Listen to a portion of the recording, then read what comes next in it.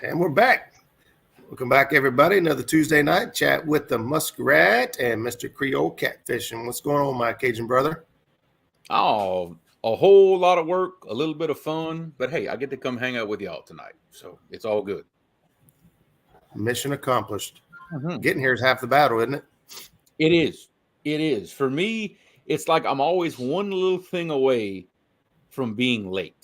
Any little thing goes wrong and I don't make it, and it's stressful. It's like if I can get to my driveway in time, then I'm good. That's kind of how my whole day has been today. It started out rough, and it's just been rolling downhill all day since then. I'm ready to go to bed and start tomorrow over. You notice how it's always on Tuesday? All the other days of the week go fine, but for some reason Tuesday, when we need to be here, that's when stuff happens. It's crazy. Hey, we're here. We're happy.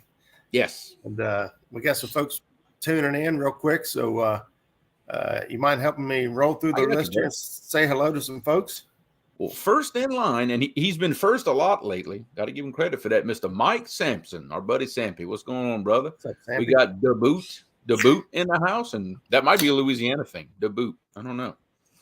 Pontoon Jody's in the house. What's going on, Jody?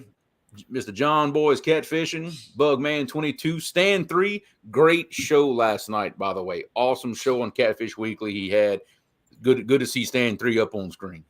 I caught just a piece of it, and I said, I told myself I got to go back and rewatch that one. It was a good show. It really was. Very good, informative show. Found out a lot about Stand 3 himself. It was awesome. I enjoyed it. Miss Chrissy Brown, channel member. What's going on, Miss Chrissy? Thanks, Chrissy. Let's see who else. We got Don R in the house. Greg Burgess, one of my Louisiana brothers. What's going on, man? Got Wabash Nate in the house. Crappie Day Fish on. Mike Greenwell. What's going on, Mike? Ooh, let me know in chat if you got your stuff, Mike. I think you should have got it, but let me know.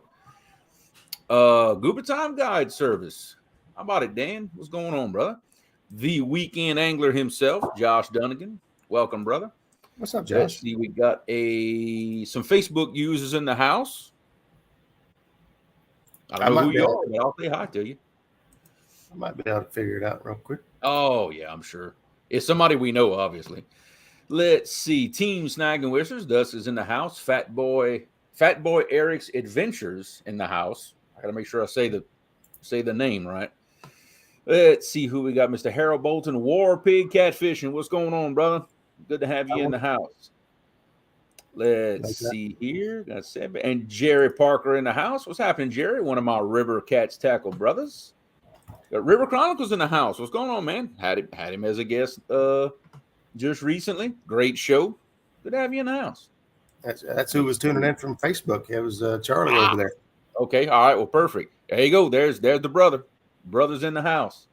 Dreadneck Outdoor. He just sent me pictures. He's been decorating for Christmas. It's looking pretty good over there. Nothing wrong with that at all. Let's see who else we got. Oh, another one of my River Cat Tackle brothers, Danny Stone Outdoors.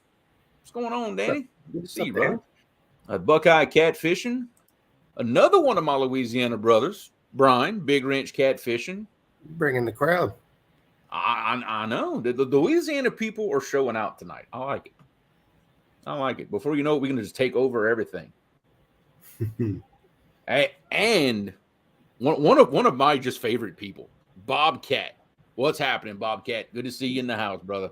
He's everybody's favorite people. He's just good people. The bumping maniac himself. I love it. The wild man. Let's see. I thought it jumped on me, and I thought I missed somebody. I see Kelly. There we go. Kelly Bullock. Team Snag and Whistles. What's up, Dustin? Let's see. Is that Dad? That is Dad. Dad is in the house. I don't see him say Daddy very often, but he said Daddy's here. Daddy is here. Well, I could. I'm not going there. I'm not. Daddy was already here. I know, right? Well, all right, you did it, not me. We're good now. Mr. R. Hanson, what's going on? Good to New Jersey in the house. I like it. Let's see. Brian B. Catfishing. What's going on, Brian? I don't know where he come up with zipper sniffers, but it's pretty daggone funny. It is because it's the mental image that comes along with that. Yeah, it's great. The more I think about it, the better it gets. Bill All right, Hopper's in the house once again. What's up, Bill Hopper? I seen Jim over big Buckeye catfishing. Yeah, let's see. I think that about catches us up for the time being. But, more people will float in as we go. Just like always. We always have a good crowd. In fact, see, there you go. Anthony J. in the house. What's happening? What's up, Anthony? We got out and did a little bit of fishing this weekend. Fishing's been pretty tough around here. Water's doing some crazy stuff. Temperatures dropped pretty bad.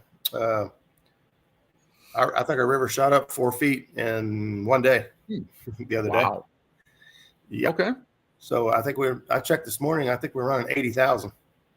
Send it here. Just bring it on down. We could use it. It'll be there here in just a little bit. Yeah, about 3 weeks. We managed to get out Sunday, and I think we only caught 4 fish, but a couple of them in the 10 to 15, 10 to 12 pound range, and then end up pulling a 30, about 32, I think. Minus the net, about 32 pounder out. Cool thing about this one was we circled around and marked this fish and set up on it and threw right to him and put him in the boat. As text, I like it. It was textbook. Zach marked it on the side scan. We got a good look at it and we said that's a good fish. We actually thought it was bigger, to be honest with you. Mm-hmm. It shows you how few big fish we get to put in the boat after marking them. But yeah, we pulled up on him, and a couple minutes we was taking his picture and letting him go. That's awesome, and it gives you that feel for seeing a mark on side scan or on 2D or live scope, whatever it is you're using. It gives you that sense of, okay, that size mark, that's the size of fish we're dealing with, and the more you do that, the better you're going to get, and you can get pretty close to predicting how big those fish are going to be. Yeah, we've got some pretty good marks and images before, but like I said, we actually thought it was going to be a little bit bigger than that. Which trust me, there ain't nothing wrong, and especially this area. 32-pound fish is a good fish for us. Speaking of the River Warriors, what's going on, Zach? Good to have you in the house, brother. What's up, buddy? Yeah. Seen another Kentucky Redneck Outdoors. What's going on, brother? Butterflies and sunshine in the house with us. The crowd is growing. I love it. Y'all keep it coming.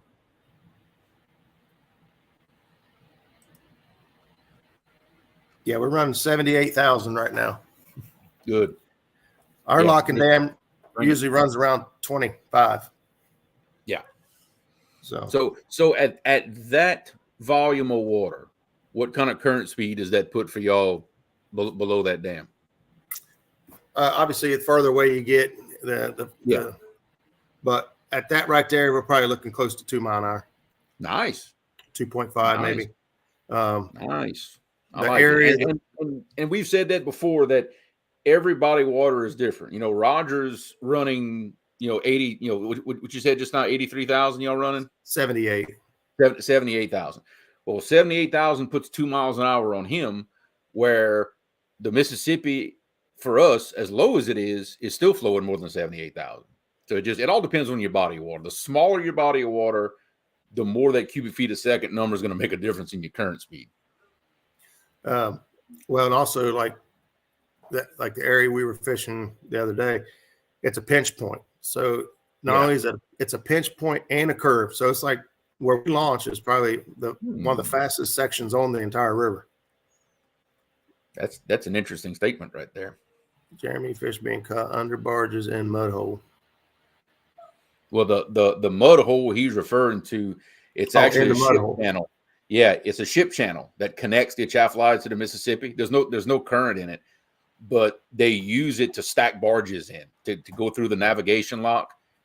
And in fact, y'all seen me drag baits in that area before. That's interesting. I like. That means the bait is up in there because it's probably a little warmer. It's out of the main part of the river. That's right. So Jeremy and I were talking right before the show, and kind of what led into tonight's topic is catch, photo, and release. Yep. And we were talking about whether we photograph a fish or not. And What's the matter? Because I'm admitting how terrible I am at that. I forget and I take horrible pictures, and I'm not a photographer. Like, not even close. And Jeremy doesn't, I mean, if it's not, would you say 50 pounds?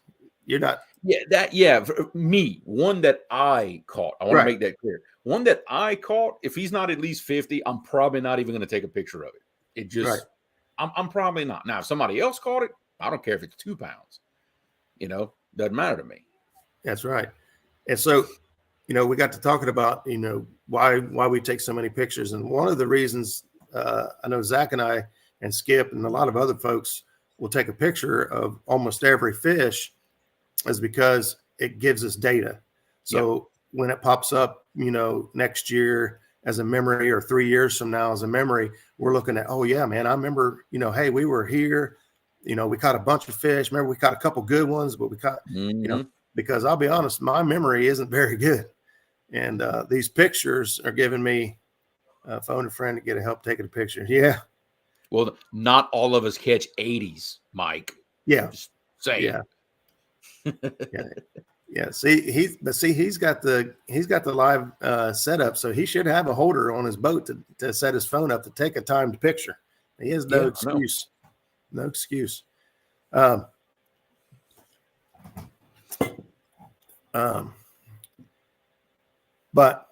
whether we take a picture or not, is up to that individual. Like I said, Jeremy has his reasons, and we got our reasons, and but the important thing is the fish's health.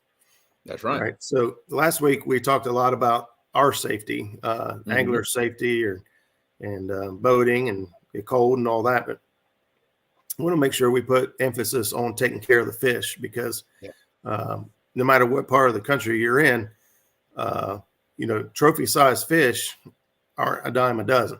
And for most areas they're getting even fewer, for around here in instance, but now, a lot of these commercial guys, they're moving on to other waters because these waters are getting fished out and they can't make a paycheck off of these fish. And so making sure we're taking care of these fish. And I gotta be honest, I see videos, and I won't name names, and some of you will probably, the picture is the hardest part. Yeah. Because the picture is everything for what he's talking about. Nothing counts without that picture, and everything's got to be just right on the bump board and everything else. Yeah, it's important. Yeah. Very important. Yeah, well, the picture is the hardest thing. Slim to none. I think I'm looking at the wrong comment, but Warpick says CPR don't show the bank or the location. The netters watch, and he's right. He's actually one of the guys that have told me and shown me that how much these guys are paying attention to what social media influencers or how much information we're giving away. And it's one of the reasons why we stopped doing a lot of our live streams in certain pools, certain areas, is because we don't want to expose some of the areas that are giving up big fish for someone to come back in and take them away. Yep. I know for a fact that, one for sure, a quite famous YouTuber in our community, he told me himself that that's the reason he never fishes live, is because of that. He doesn't want anybody to see everything to tip off to commercial guys to come get the big fish out of there. That's one of his main reasons for not doing it. Go figure. Welcome in, Dave. Dave Funk's been catching fish from the bank here lately. Seen some posts that he's put up here at least recently. One of the issues I have is, you see these guys catch these fish and then they just dump them over their shoulder back into the water. And, I to each their own, as far as, what they're willing to do, not willing to do. For me, it's just not the way to handle a fish. I try to show as much respect to the fish as possible. So, releasing them back into the water as gently as possible and taking your time to make sure they're revived, depending on, time of year.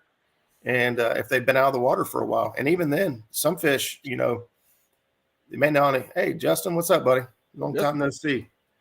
Fish may not be out of the water for very long, but he may put up a good fight and just be exhausted. And so, we try to do our part to make sure that the fish is healthy before we just turn it loose. Yeah, and look, I've learned the hard way a few times that if you just take that fish and plop him in the water, well, now you have zero chance of knowing he was good to go before you turn him loose. Well, now all of a sudden you plop him in the water and he pops up 20 feet behind the boat, rolling over. Well, guess what? You gotta go get him. Now you got to see about him. If you take your time, and it's especially the bigger ones, if you take your time and drop them in the water, let them tell you that they're ready to go. And how I know they're ready to go is when they're trying to rip the hide off the top of my hand. It pretty much tells me they're ready. When they start biting hard and start wanting to twist off my hand, that tells me that fish is ready to roll. On a rare occasion, very rare, maybe 1 out of 100, they'll fight me tooth and nail. The second I let them go, poop, they pop right up. It does happen. Yeah. It's rare, but it happens. Yeah. Yeah. And on these bigger fish, I'm trying to make sure we get I seen Fashizzle tuning in. What's up, buddy? Zach Murray. I think Jeremy got you, but welcome in, brother. El Gato's in the house. What's going on, Greg? Evening Slime Dogs. Danny Stone said the river being so low, the fish are concentrating deep holes. Trot liners have been putting a huge dent in the population, setting up on the holes. Yeah, that's no doubt. That's a catch-22, on this time of year. Looks like right now we were talking about doing some crappie fishing if all possible. Well, guess what? The lake I want to fish is down quite a bit, and that's going to concentrate the fish in the smaller areas, and it's going to be easier for me to target them. Let me see. I think the head first low-level splash actually helps the fish head straight down, a little invigorated and pissed, just in my opinion. John. Yeah, when it comes to fish under 20 pounds, letting them go back head first, or releasing them off the side of the boat. But I guess what I really have a hard time with is when you start getting these fish over 20 pounds, 25 pounds and higher, and you just chucking them over the side like a piece of cheese or something. I mean, I don't know where the hell cheese came from, but hey, they came out. What War Pig is talking about, I affectionately called it the Dieter Melhorn release, because a 10-pound and under fish was that. No, not that. Oh. No, that's a different thing. That's different. But about 10 pounds and under, that's exactly what you'll see him do. He'll hold it by the bottom jaw. He'll have his hand supporting the belly, and he'll not throw them, but he'll just let them fall, but torpedo them right down. On those smaller fish. And you back alive. That's his thing. There we go. I love this comment. Right? I love to see the fish swim away, and that's one of the most rewarding parts about it. Besides catching the fish, is knowing that you did a good job releasing the fish healthy. Let me see. Right here you go. I talked about this. Whoops, that's not it. Y'all were talking about like hiding stuff from the trot liners and not letting people see things and all that. See that comment my dad made about what my grandfather would do?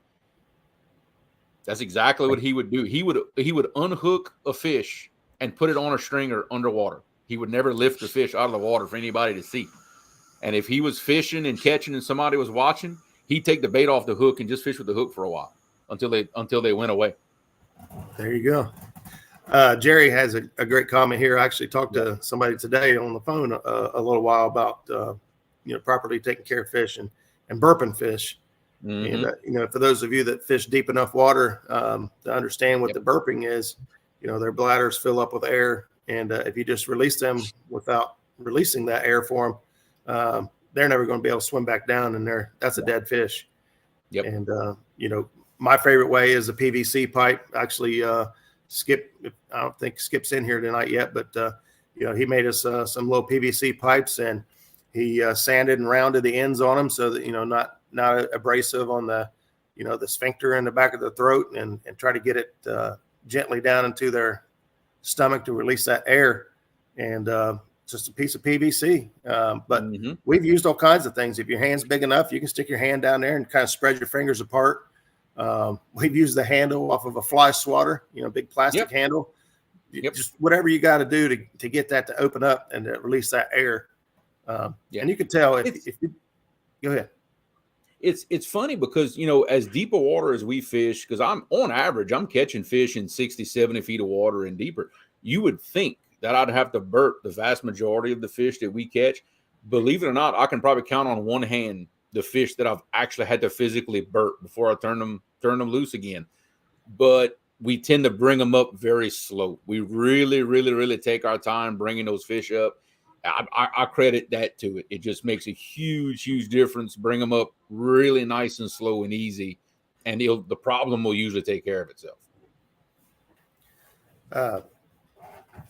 Chris here says that's a torpedo release that will actually burp fish that are difficult to burp. Okay. I didn't realize that. I didn't.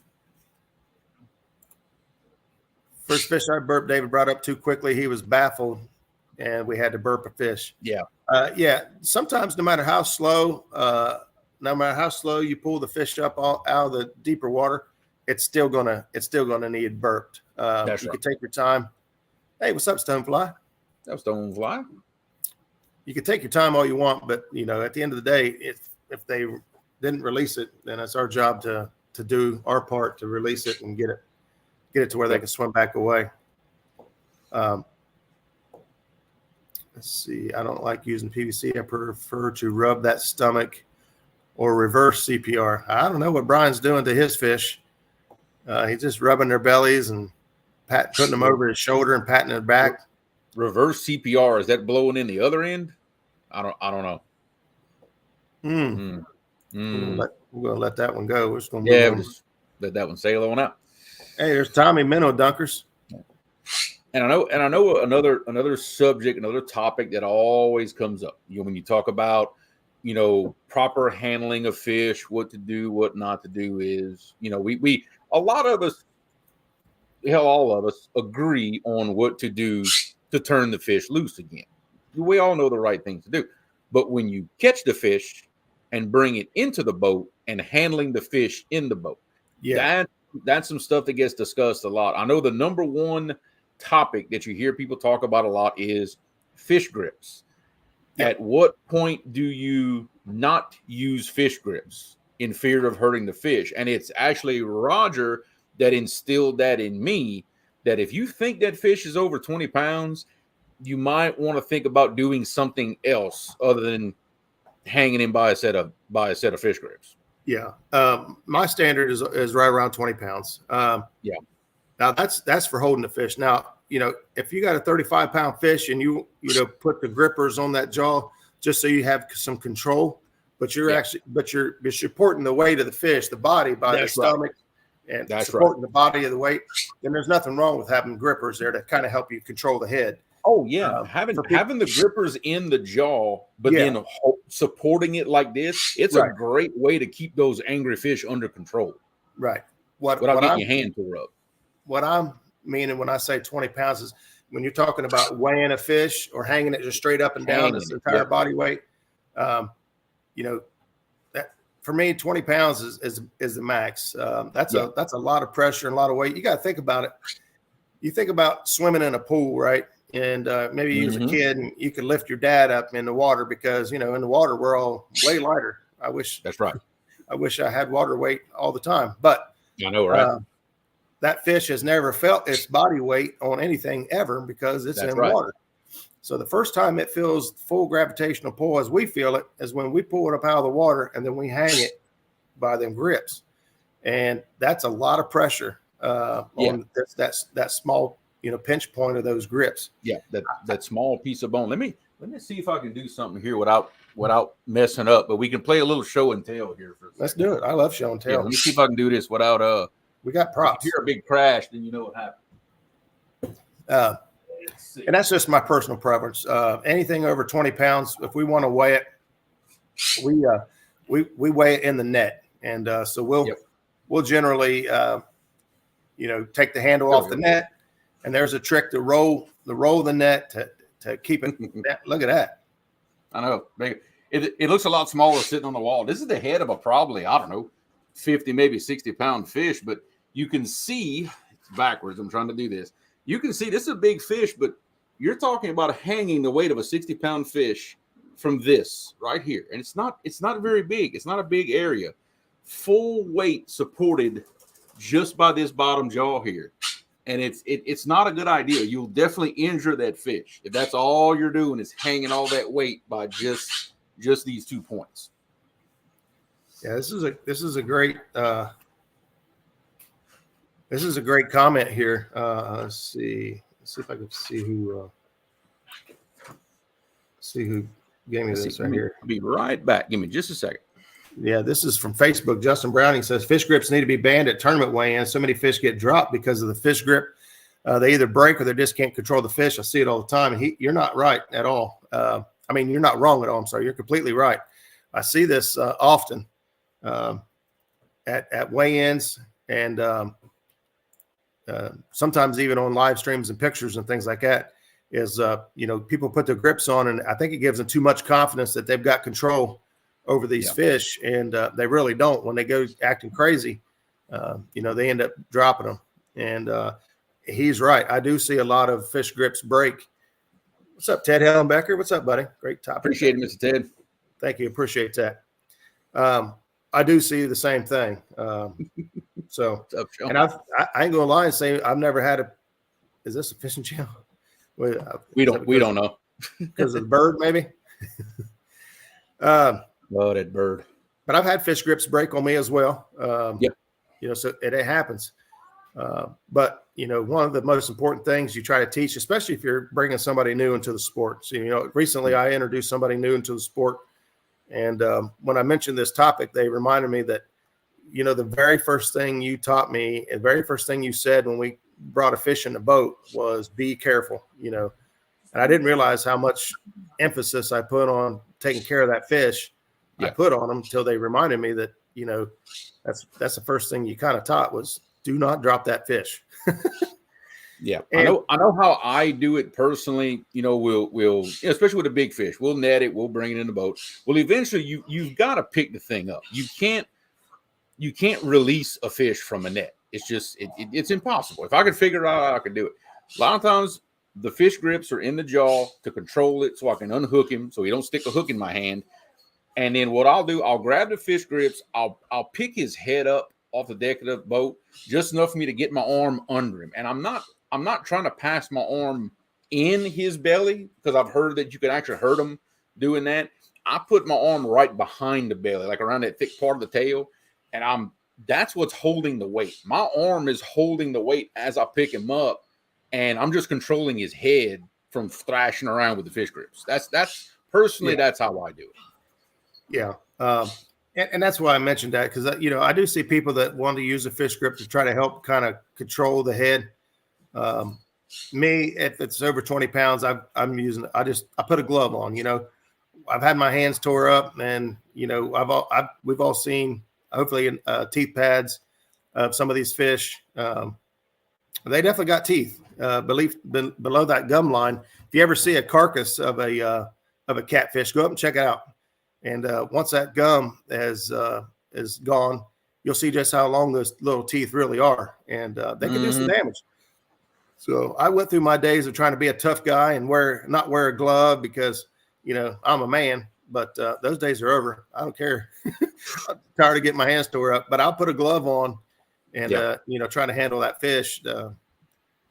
But it's when it's just putting that effort into it. You're still going to have an issue. Yeah. Like we said earlier, there's guys that tournament fish and fish professionally that could still drop a fish or mishandle one on accident, but putting the proper effort forward.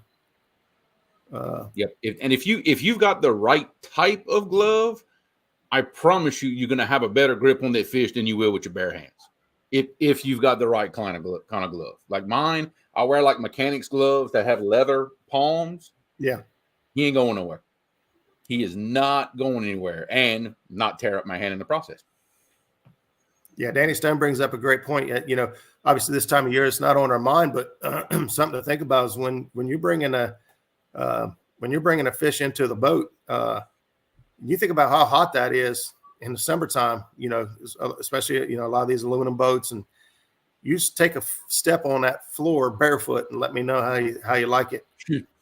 All right, Yeah. and now you take a fish out of water and you lay its entire body butt naked down on it, and so I know what we do. We'll net the fish, wet it. and as I'm lifting him up, I'll hold him. I'll hold him up for 3-4 seconds. That's all it takes. Let that water drip on that deck. Let it get wet. Then I'll set him down. It's plenty enough to cool that deck off. Just doing it for that couple of seconds.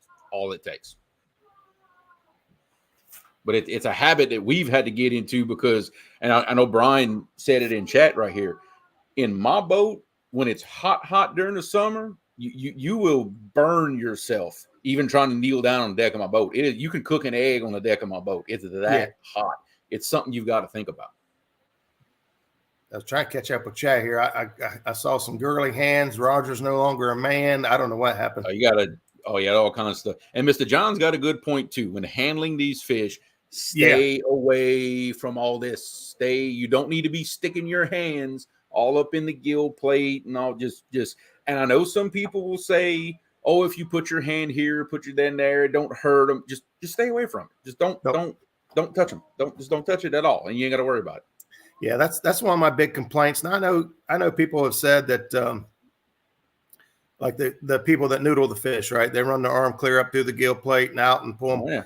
And they've said and said they've proven, but I don't know that it's not hurting the fish, but I just can't see it. I know if I don't ever touch that whole area, I ain't got to worry about it. That's my 2 cents on that whole thing. Yeah, Curtis says I've seen the same thing. There's like a half glove, the kind of like a magnetic, it clips to your belt. And so like, it's not a whole backhanded glove. It's just kind of like the fingers and palm of it. Oh, okay. It's always ready to where you could just, grab it quickly. I've seen those. I've completely forgot them. I would be honest with you.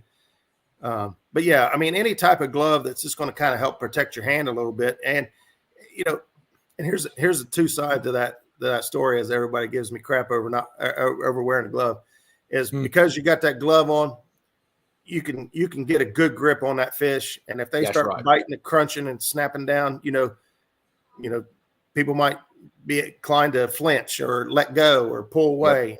And that's when you got to take the time to put a glove on. And, they want to act silly. Well, you can still, handle them well without, doing too much damage. Mm-hmm. And Jerry's got a point here on the really big ones. I find he's actually correct. Yes. Once you really cradle those big fish, they tend to kind of hold in place. But you see from about 28 to 45 pounds, that doesn't work too good on those. They are angry, especially when you catch them bumping. Those bumping fish, they are just mad. Yeah.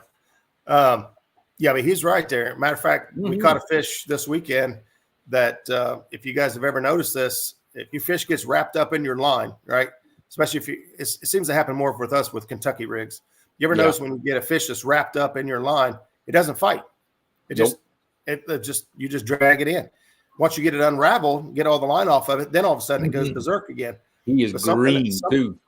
Yeah, something about that fish being all wrapped up makes it just kind of go numb.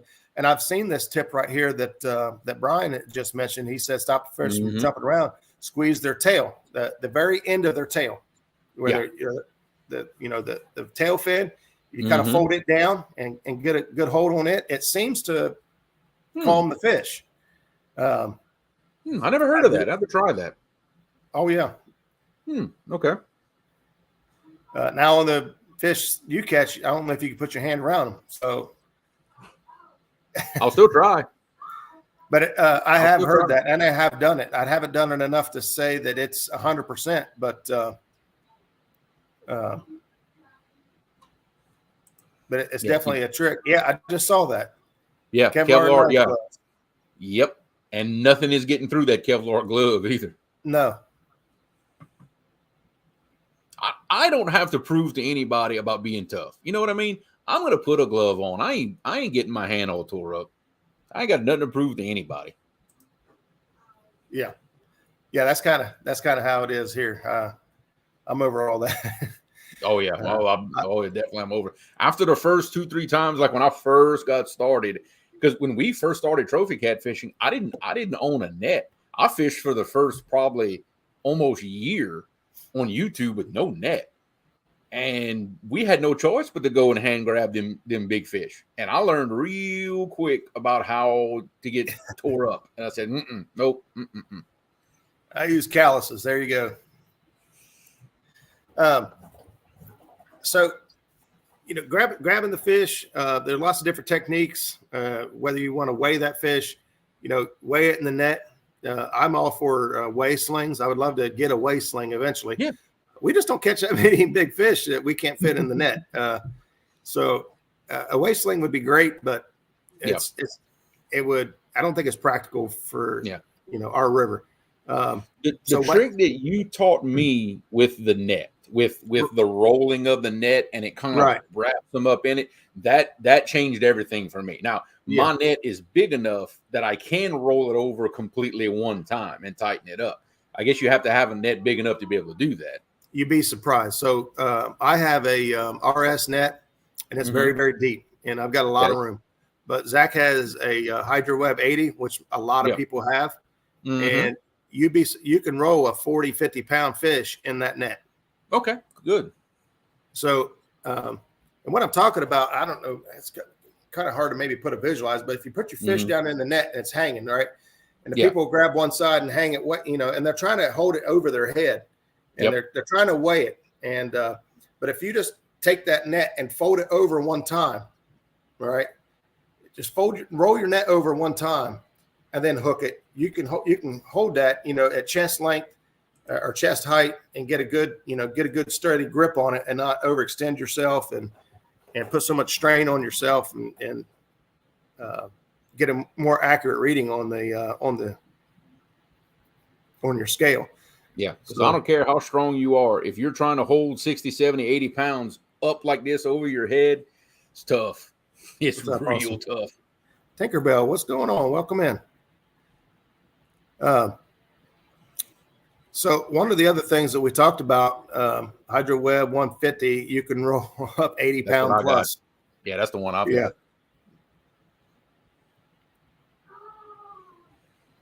Do a CPR challenge with a date stamp, 2-week long, biggest or most. That's it. That's a fun top. That's a fun idea right there. I like it. It is, isn't it? What's up, Trey? I see Trey in the house. What's happening? Lance McCoo guy is in the house as well. Austin Fishing Fever. Thanks, guys, for tuning in. Seen 2 stands fishing. Slings are the best by far for the fish, even smaller fish if you need to weigh them. Yeah, you guys catch a lot more big fish than we do. Dominic Hollis is in the house. What's going on? And I saw a comment earlier about, and it's just something as simple as if you do have to literally grab the fish by the mouth, whether it's with a glove or bare hands or however you want to do it, most people are used to every other kind of fish out there. You lip a fish. You catch your thumb, catch it right here, and you lip a fish. Not such a good idea with especially a larger catfish, because you got all that pressure just on your thumb, and the first thing he's do is clamp down, turn, tear the hide off your thumb, and you're done. In fact, we can do show and tell again. I forgot about that. Let me get my model from down here on the floor.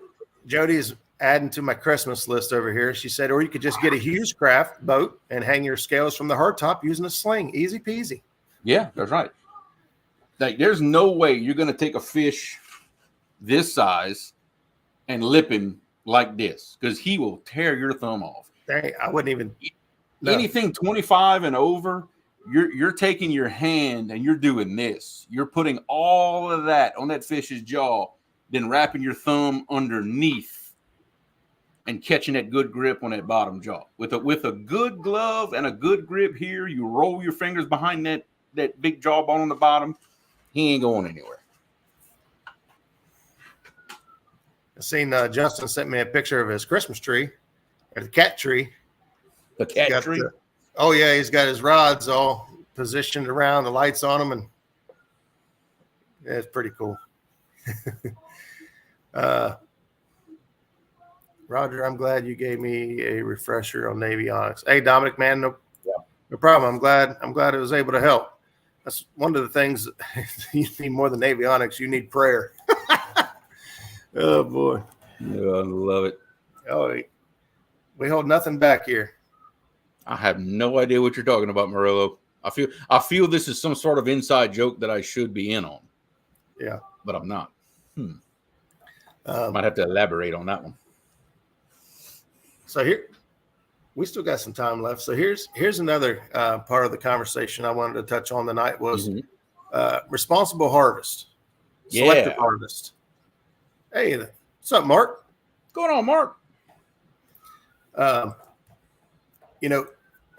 There's not, in my opinion, keep in mind that these shows are 99% just my opinion.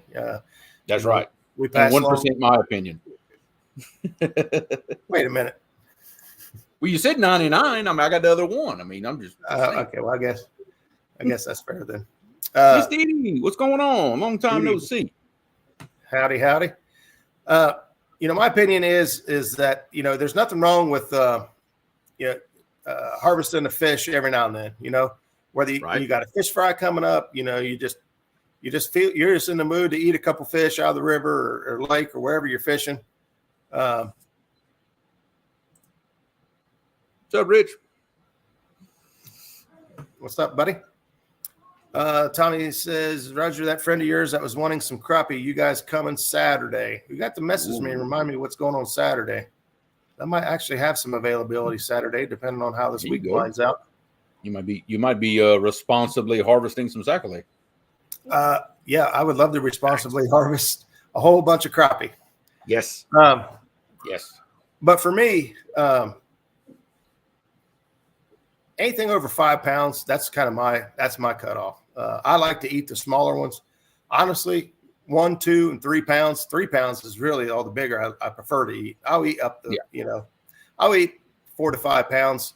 When we've got a fish fry coming up, we kind of take the mark up to about 10 pounds. We can get a lot of good meat off of 10 pounds. Yeah. And the way that Zach seems to do his, basically Zach's family, they have a big fish fry every year. So once a year we harvest some fish. Absolutely. We cut them up and he chunks them up into like 2 inch by 2 inch cubes. No matter what the fish size, he just cubes them all up, and man, they just fry up so good. And what I really love about that is the consistency, right? So you've got all these cubes that are about the same size. It makes it so much easier to cook. It is. I seen somebody, I only harvest from 3 to 15 pounds. Everything else goes back. Yeah. And that's great. The reason I bring that up is, your larger fish are responsible for reproduction. That's right. So if you don't understand, like, just breeding cycle and all that, understand math. The larger the fish is, right? The fish is going to lay eggs. Only a percentage of those eggs are going to hatch. Only a percentage of those that hatch are going to reach maturity. Mm-hmm. So the greater the number you start out with, the greater number you end up with. That's right. Well, the larger the fish will lay more eggs, and that gives you more opportunities to get a mature fish or a trophy-sized fish. Now, do all fish have the capability of reaching trophy-sized status? I don't believe so. I believe that genetics play a big part of it, just like white-tailed deer. All right, some white-tailed deer, they'll grow as old as the dirt, but they're never going to get bigger than whatever they're genetically designed to get. And I think the same applies to fish. But when you harvest a large breeding fish, the larger fish you harvest, I think the quicker the devastation is to the reproduction cycle, because that large batch of eggs that should have been gone into reproduction is now missing, and That's like right. I said, a small percentage of that, it's a small percent of what gets laid makes it to maturity for various reasons, predators, chemicals in the water, natural disasters, things like that. They got the odds stacked against them already. And that's right. But harvesting and keep in mind with just sheer numbers of eggs, considering only that and nothing else, a 50-pound fish is going to lay many, many, many, many more times the amount of eggs that a 10, 15-pound fish will. It's not that the fish is 3 times the size, they lay 3 times the eggs. No, it is exponentially more than that. I remember Epic having a conversation on a live about how great the number is as you go up in size of fish. And like Roger was just saying, I know for a blue in our area, at least, they're probably not going to reach maturity and even start producing eggs until they get probably 12, 15 pounds or over. It takes a number of years to even reach that point. But if you're turning loose a 60-pound fish that's laying eggs, well, you're at least guaranteed that 60-pound fish's eggs have the genetic capability of being 60-pounders. At least you're guaranteeing that. A 15-pound fish that just started laying eggs, you don't know. But by allowing the big fish to be your breeders, you're at least guaranteeing at least that size of fish, because that fish got that big. Yeah. And I see a lot of our local guys here talking about the pay lakes and stuff, and they're 100% right. Around here, it's pay lakes. The commercial guys are taking the big fish out and taking them to pay lakes, and we try to do our very best to combat that, and that's what we're doing right now. We're educating. I've talked to guys that were fishing pay lakes, and you can't just yell at them and tell them they're dumb or whatever. All you can do is educate them, share with them this kind of information and let them make their decision on their own. That's right. The minute you, and a human nature, the minute you just throw something negative at somebody right off the bat, you have just closed the door on ever reaching them with anything. It's negativity does not work when you're trying to get through to somebody. Like I said, you educate, you be nice, you be respectful, say, hey, here's. That's exactly how I was turned to CPR. I'm telling you right now. It used to be we kept everything we caught. That's just the way I was raised. It's just how it was. And I was educated and convinced to go to CPR by probably the nicest person in all of trophy catfishing. That's Chris Souders. But he's like, and God, because I was sending him pictures of all these big fish we were catching, laying on the tailgate of my Can-Am. And looking back, I'm like, oh my God, I can't believe I was even doing that. But he said, look, hey, I don't believe in telling anybody what to do, but hey, here's the information. Here's how we feel about it. Here's what, And I thought about it. I said, you know what? He's got a point. He does. He really has a point. And that's it. That was it after that. And that was 4 years ago, 5 years ago, something like that. Yeah. Big Mike has a good point. And we need to get our representatives involved in getting rid of pay lakes. There's a lot of different folks out there that are, kicking and screaming, but at the end of the day, there are rules and laws that have changed. The problem with, at least around here, Kentucky has changed some of their rules because, like, honestly, Ohio River's outlawed commercial fishing. The commercial fishermen cannot launch their boat or bring their boat in, with fish on the Ohio side. They have to go out the Kentucky side. Same with West Virginia. Kentucky has kind of been the Wild West around here. Anything goes.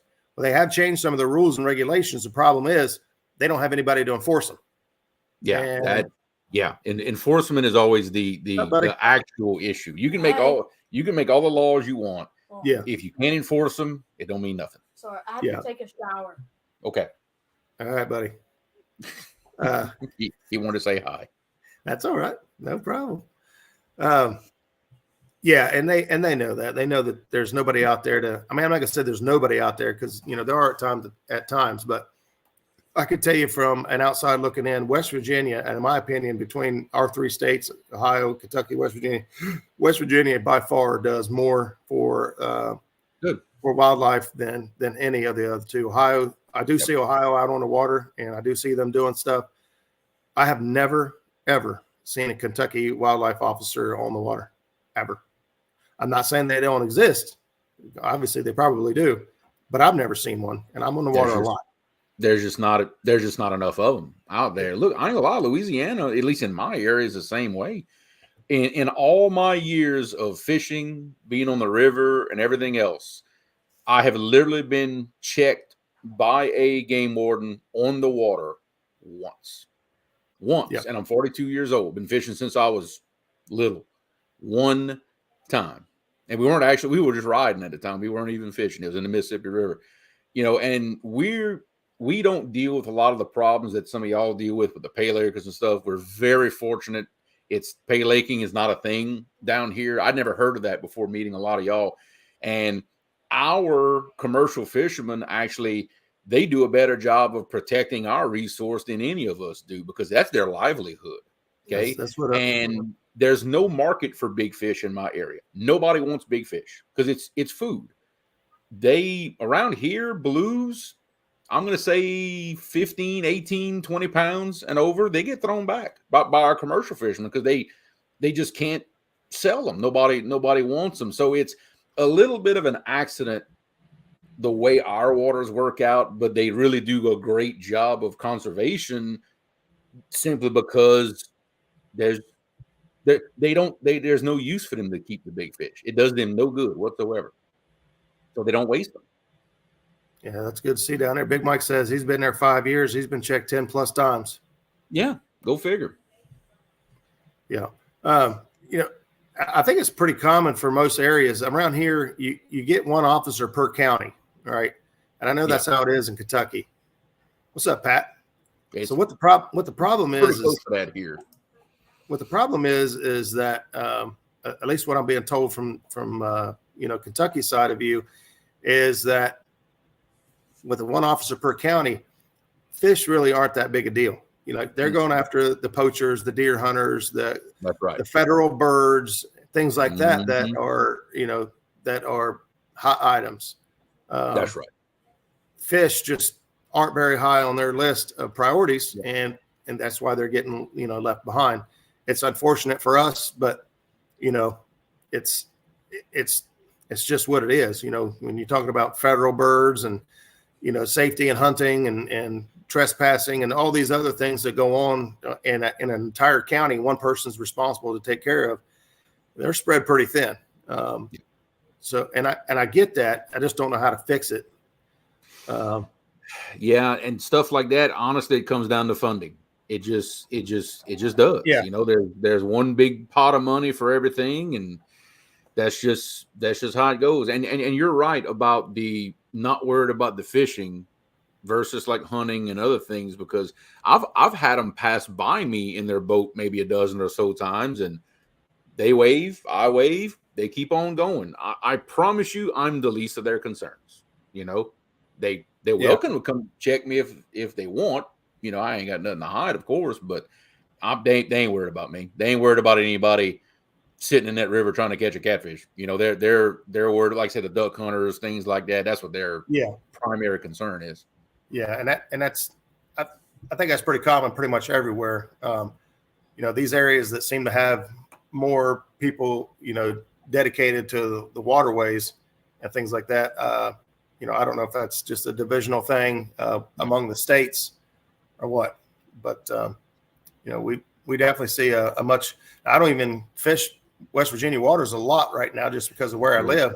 I fish, Kentucky bordering waters mostly, and I've still seen a lot of presence in West Virginia waters just based on my trips there. That's good.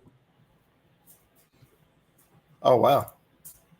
I personally watched 7 people get arrested at Chickamauga Dam this year. Ooh. Wonder what they got arrested for.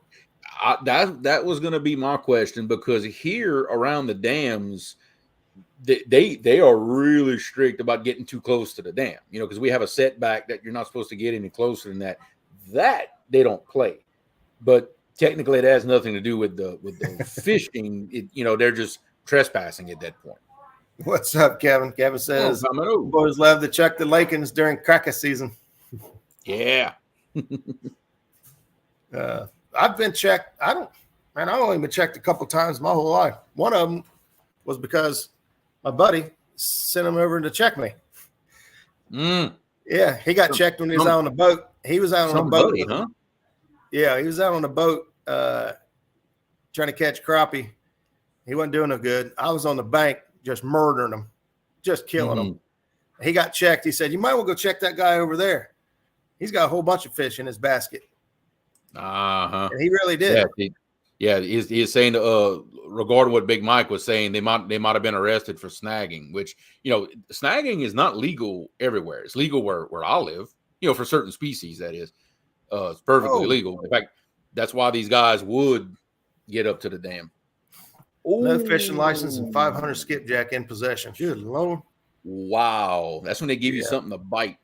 I don't know if that no commercial license or no fishing license at all. Either one. Either way. Yeah. My impression was a commercial fishing license. I mean, you got to get, I think you have to take a test or to go through some sort of classes or something to pass something. But I thought commercial license only like $50 to $100. You don't take the time to just go get it. That's on you. Yeah. I mean, but like I said, but if you're, I think over the limit might have been the big thing there. If you're over your limit, it doesn't matter what kind of license you got. Yeah. Oh, $375 for no license, $150 per fish. Yeah. Oh, ouch. I know somebody down in Alabama that got fined $500 per fish. Oh, bait gets expensive when you got to start paying those kind of prices. Let me tell you. And there was a couple hundred over $500 a fish. That's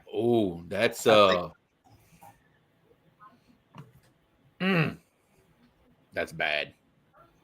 Oh my. Bad. Oops. Stan said it's $500 for every rockfish in your possession. I had a cast net with about $10,000 in it at one time.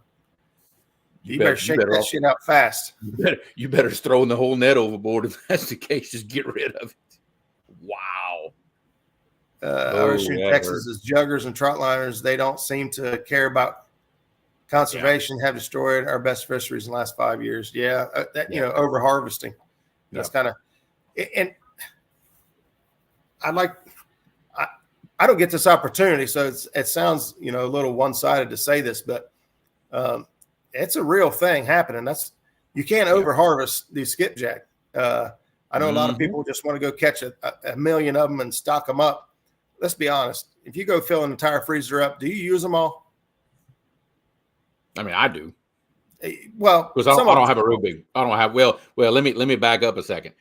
I have never once had my freezer full of frozen slicker. I'll say that. I think the most I ever had on hand at once was maybe 150 in my freezer. Like I've never had 500 in my freezer. So that's gotta say that. We've got a smaller freezer where we've had it completely full, and we've used them all. But we're talking about most people don't fish as much as a lot of us do. Yeah, that's right. I'm not saying I fish more than everybody, but I fish more than a lot of people do. Yeah. But these people that just go out and catch 500 of them and throw them in a big deep freezer, use about 100 of them, 200 of them maybe, and then the rest are so freezer burnt they decide next year they want fresh again, so they get rid of them, throw them away, and go get. Well, it's just like any other source. It eventually you go put a dent in it. So that's why Tennessee and Alabama, they went to that 100 skipjack in possession at one time because there was too many being taken. And now everybody in the Southeast was running to those places to go catch them. You've got, and it's not just a couple of guys doing that. You've got hundreds, possibly thousands of people all trying to do that. Yes. Then throw in the people who are bait dealers that really need the numbers to, to support their business. It's you can hurt them. When we went down there for my birthday, the commercial guys were averaging 18 skipjack a day. Really? Yeah. That's how bad tough. bait was. We didn't catch very many. We caught some, but we didn't catch very many. And that's just the way it is. That's just people. Same thing. No different. Yeah. Ain't nobody eating 10 deer a year. Nobody. And Jody's there. She says she's got a bait license. She says she could have 200 in possession. Well, in Tennessee, like I said, all the every state's going to be different. It's different laws. Yeah, I know in Alabama that's the law. Here, there's no limit on them here. Of course, it's not a big business here, so I guess they don't have any reason to limit them, at least not yet. Yeah, 2 stands is pretty much right on. Skipjack is the only bait we put in the freezer. Yeah, and that's really just because we don't have a whole lot of it here. A lot of areas, you can get skipjack pretty much all year long or pretty close to it. It ain't that way here for us. If we get some, we might stock up on a little bit, and then but outside of that, it's fresh shad every single day. Like right this time of year, it's shad. Yeah, we'll throw the cast net. If we plan on fishing for 2 days, we might catch enough bait on the first day to go ahead and fish the second day. But yeah. After the second day, knock it out and be done. Yeah. So a lot of you guys know that already. It's fresh for us. We normally go with no bait at all. If we don't catch fresh bait, we don't get a fish. Ooh, it's that critical. We don't catch bait. I'm not quite there yet. I'm getting there. I'm not quite confident enough in my bait catching skills to be doing that on a regular basis. Some parts of the year, yes, not year round. I'm working on it, but I'm not there yet. Yeah, I'd say probably 90% of the time we have no bait. If we don't catch it, we don't fish. Now we might go out and catch it the day before or something if we're able to. So, try to get you. Yeah, because we don't. You only got a couple of days to fish, and if you spend half a day trying to catch bait, it kind of sucks. Especially if you got it like right now, it's like a summer pattern right now, man. We've got an early morning bite, noon o'clock. The fish seem to be kind of done. You would think at this time of year, midday would be pretty good. You would think that. Well, if we could get some sunny days right now, we got a 45-degree water temperature this weekend. If we can get some sun on some of these shallow flats, man, it'd be hot. But we ain't had no sun, and it ain't been. At least that's what we've been seeing the last couple of weeks. The fishing activity has been pretty slow, to be honest with you. I got skips in the freezer, a few 18 inchers and 9 inchers. Yes, I seen Stonefly. He sent me a picture. He had some nice bait. Jello chicken. Don't laugh, it works. Hey, nobody's laughing at Jello chicken. Chicken works, man. I use it. Now, for me, I try to only possessing about 20 pieces of chicken for bait. Any more than that, I risk freezer burnt or consumption. This time of year, chicken, I don't know if it's because I don't have faith in it. I just don't use it. What's up, Freddie? FOA Customs and Gear in the house. I don't know if I just don't have faith in it, so I don't use it. But for me, chicken is a summer bait. Late spring, early summer. That's about the only time I use chicken. After that, I don't use it anymore. All my crappie gills I cut for food in the winter. I save the heads in the freezer for spring cats. Yeah, that's a great idea. I'm going to have to holler at you and figure out where these crappie are being caught this Saturday. So I just might be able to make it. I don't know. There you go. So that's what Brian is saying here that Jerry catches a lot of fish on chicken, catches some nice fish on chicken. He likes it in the cold weather. It does great for him. Yeah, it does great for him in cold weather. Maybe I need to take some with me and have it just in case. Yeah, I mean, okay, Tommy, I got you. I used to use chicken quite a bit. I never could catch good fish on it in deep water. Shallower water, I find it worked a little better for me, especially on the smaller fish. It worked awesome. I've never caught a lot of really good fish on chicken, but again, I'm a cut bait guy, and I'm gonna always steer towards that. You know, maybe I could have caught some on it in the right place, the right time, but just didn't have it on a hook. Welcome in, Aaron Grubb. Aaron says he's going out tomorrow for bait. See what we can come up with. He'd like to get some big old gizzard shad.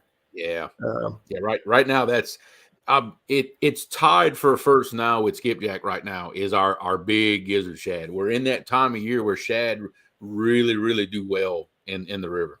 Well, my buddy sent me pictures yesterday, Aaron, from the Ohio River, and he had some big gizzard shad, and he was throwing. You know me, this time of year, I love my fillets, right? So that 32 I caught Sunday, I caught on a fillet.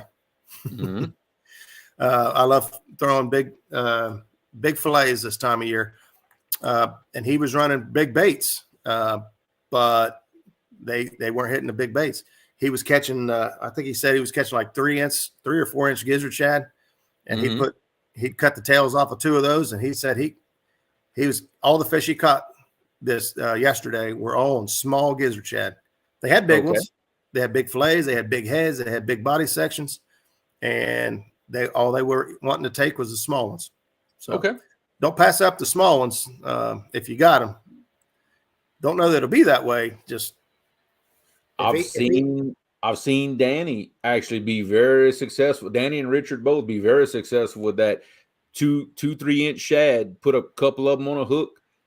And that was getting hit versus the bigger pieces of cut bait. Go figure. I've seen it happen more than once. Danny Stone says Richard Cluck does better on chicken in the winter than anybody I know. But then again, his name is Cluck, so go figure. That would be mine. If that were my name and I had a YouTube channel, I think I'd fish just with chicken, just because of that. I mean, it's a gig, right? Rich, you're right on track with exactly what my mindset is as far when it comes to chicken. Whether mimics the protein or the enzymes and whatever all the chemical makeups are of a mussel, but that's exactly what I think too. I think it mimics mussel meat, and they eat mussels all year long. So I don't know why I have given up on chicken in the cold. Maybe I need to revisit that and give it a shot. Yeah, so maybe. But there's a lot of people that share that theory about the chicken mimicking the mussel meat. And like I said, I know Dieter's done a lot of research and put a lot of time into that theory, and that's where he's at on it. I know that, and it's hard to argue. You can't argue results. Yeah, Mike says he caught a 35 pounder on a 2 by 2 inch chunk of skipjack body section. Yeah. Stan says, I think the chicken works best in places where it's with competition for food. So if you have a huge natural food source, chicken will not work as good on big fish. So there's something to that. I believe so. Okay. Chicken works best in the frying pan, says Tommy. I agree. Chicken is more of a lake bait. It might be. Don't tell Jerry that. Don't tell Jerry Parker that. I was going to say I've caught plenty of it on the river. Yeah, in the summertime. There's been times in the summertime where nothing could compete with chicken. I mean, you'll catch. Well, as a matter of fact, I think it was the birthday live stream I did with Eric and Curtis, where we was using chicken, and I think chicken caught like 11-1 over all of our other bait. I mean, it was dragon. That we were suspend drifting. Suspend drifting a mussel bed, and that's my go-to that time of year. Chicken in that area, huge mussel bed, and we don't catch monsters, but we just catch a ton of fish and just have a ball. We will fight over slickerhead. Oh, and we will, like legit. We'll argue about who gets to put it on the hook. He is not kidding. Yeah, the canal is always hard to pass up. That's Aaron saying he's having a hard time deciding. Yeah. the funny thing about the Kanawha River here coming out of West Virginia is you can catch a flathead still this time of year there.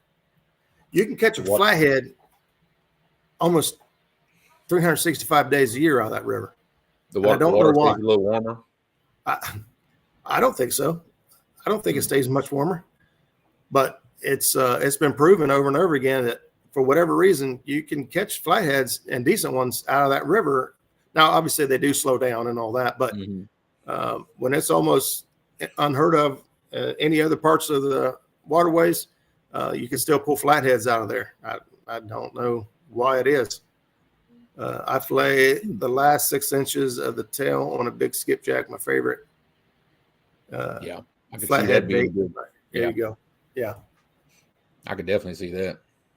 So, well, we talked about CPR. We talked about what selective harvest sounds like and proper fish handling.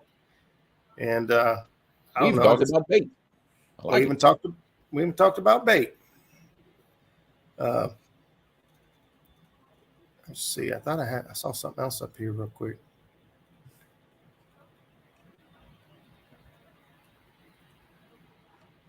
I missed it, whatever it was. Oh, there it was. Never mind. It was Justin. I thought I saw somebody say Paint Creek. Might try Paint Creek Saturday. Okay. Paint Creek was going to be my go-to for some crappie. I like Paint Creek for crappie this time of year. Water's really low. It's a little bit difficult to get your boat in, but even my boat, I can launch my boat in there. Okay. Nice. But guys, I think we're going to wrap things up here and call it a night. We next topic, y'all go until 10.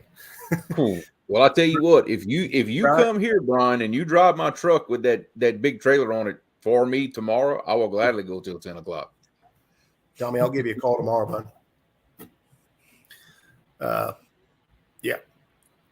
Yeah, we're going to go ahead and wrap it up and get on there. Yep. If Brian wants to go live, Brian. Yeah, go ahead, Brian. Tomorrow seems like a good day to catch a state record in the Kanawha. Well, hey, I think the state record for West Virginia just got broke again. I think it's up to 67 pounds now, 67 some change. I can't. That just seems low to me for a state record in that area. It is. Well, here's the thing. It was 59 pounds a year or so ago. Yeah, I know. And because Steve Douglas technically broke it, but he didn't have a license to fish in the right waters, and it was a whole. He made a video about it. Right. I don't know. It just strikes me as strange that it's that low. I know they got good water, just as good as everywhere else around the area. I got you, Justin. I'm not 100% sure what I'm doing yet, but I'll let you know.